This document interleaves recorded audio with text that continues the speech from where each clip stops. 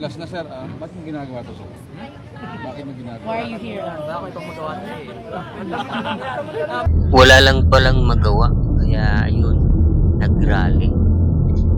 Yun lang pala mga kababayan yung ginawa ni Congressman Kiko Barsaga. Ay naku po mga kababayan. Luzon, Visayas at Mindanao, magandang araw po. Welcome po muli kayo sa aking YouTube channel, Kabayan Sam TV.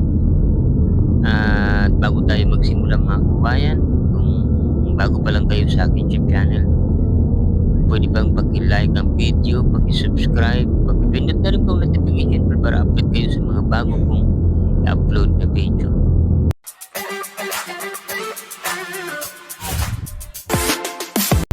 At ito na nga guys mga kabayan, alam niyo po na nagkaroon ng protesta kahapon na October 12 na nangyari. At ito ay pinanawagan ni Congressman Kiko Barsaga. Ito po mga kabayan ang nangyari na talagang at dito ay nagkaroon siya ng interview sa media na sinasabi niya dito na tinanong siya ng media, sabi, bakit mo ito ginagawa? Wala lang daw siyang magawa sa bahay. Last na sir, bakit mo ginagawa to sir? Bakit mo ginagawa? Why are you here? Ako itong magawa niya eh. Bored lang, imbis na maglaro ako, mag-games na ako sa bahay or mga ginagawa ko para kasama kayo sa kanaw na to. At least I am doing something productive. And this is all part of my role as a public official. Kailangan talaga Bihira itong si Kiko Barsaga, nandamay pa ng iba nating mga kababayan. At itong sinabi niya mga kababayan ay napakarami, inulan po ito ng batikos, inulan po ito ng mga iba't ibang reaksyon. Mayroon mga nagsasabi dito, sabi nga dito, basahin natin yung kanilang mga reaksyon. Sabi ni Darius, naku po, bored lang pala itong si Kiko Barsaga at naghanap pa ng idadamay. May ano talaga, hindi ko nabigkasin. Sabi naman ni Alma, may something talaga, Diyos ko. Kawawa yung mga nauto. Malinaw po mga kabayan, sana wag tayong pauuto. Sabi naman ni Celine, kawawa talaga yung nauto ni Kiko Barsaga. So ibig sabihin, may ano talaga. Ano bang nangyari sa mga tao naniniwala sa kanya? 'Di ba? Yan, isang mensahe yan sa inyo mga kababayan. Sabi naman ni Yay doon, wala lang magawa. Ang ingay-ingay pa sa social media. O, 'di ba? Alam natin yan. Tapos akala ng mga umidolo sa kanya, sabi dito, akala siguro ng mga umidolo dito is seryoso siya sa pinaglalaban niya. Pati sila nagpunta, mga nauto, iti-iti DJista. Sabi naman ni Bambi, sabi ni Bambi, wala, mapapahamak mo pa yung mga kasama mo.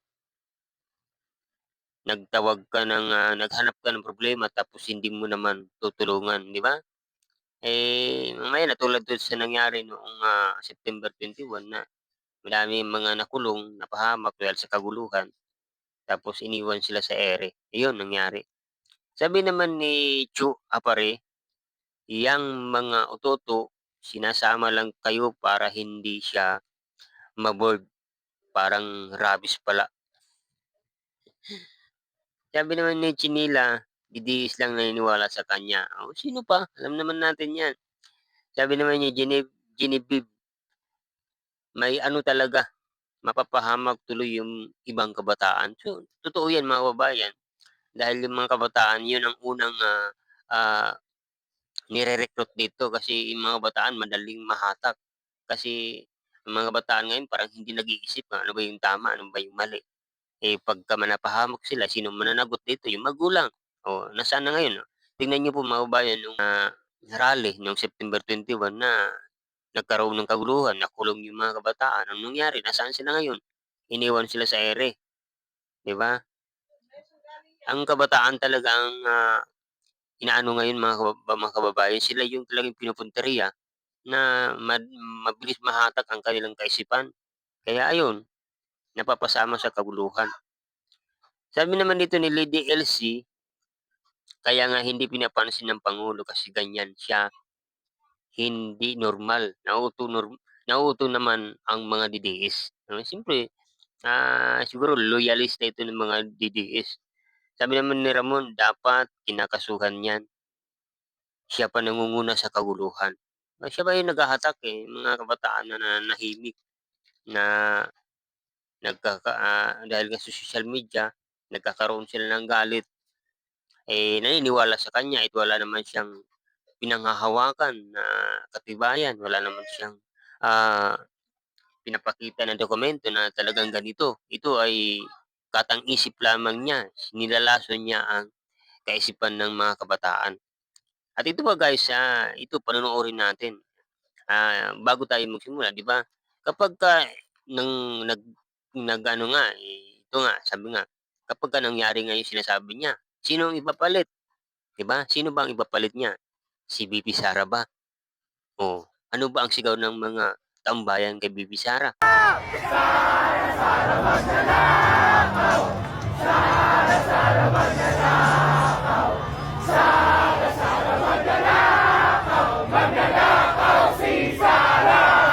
'Di ba? Nakakatawa, yun ang ano na puro lakotsa, walang ginawa sa ating bansa, 'di ba? Walang ginagawa, puro ikot-ikot lang sa ibang bansa, 'di ba? So, itong mga kababayan, 'tong nangyari nung rally nila kahapon, October 12 ay wala talagang nangyari na ano, kaguluhan, pero nilangaw sila. Konti lang talaga.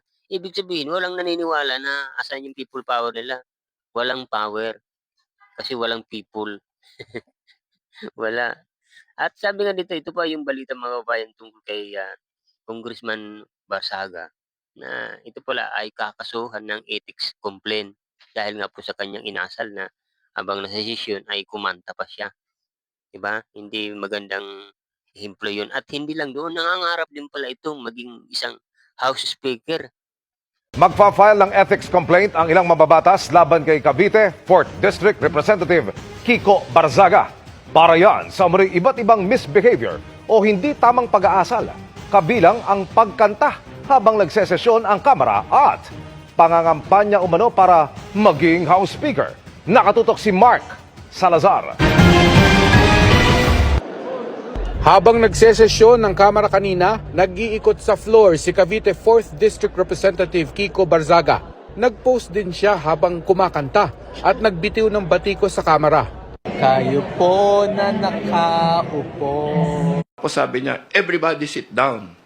No? I want to tell you about my plans for what to do with Congress. Sabi niya. I'm running for speaker. Sabi niya. No?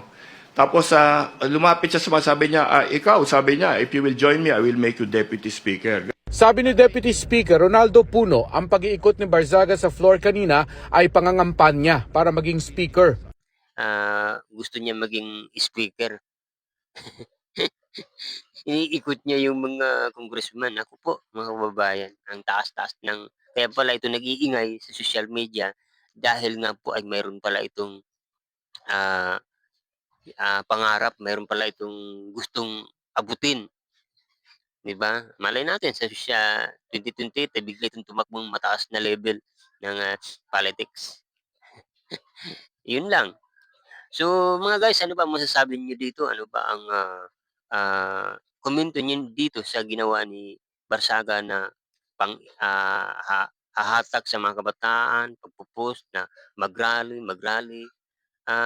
Hindi tama yung kanyang ginagawa, 'di ba? Naabala niya yung mga tao na nananahimik na imbis na itaguyod ang kanilang pamilya, maghanap ng trabaho, naaabala pa, 'di ba? Ano ba masasabi niyo mga kabayan? Ilagay niyo lang po sa comment section. At alam natin na hindi magtatagumpay ang kasamaan. Hintayin niyo lang ang 2028 at saka kayo mamayagpag. So hanggang dito lang mga kabayan. Magkita-kita po muli tayo sa susunod na video. God bless you all.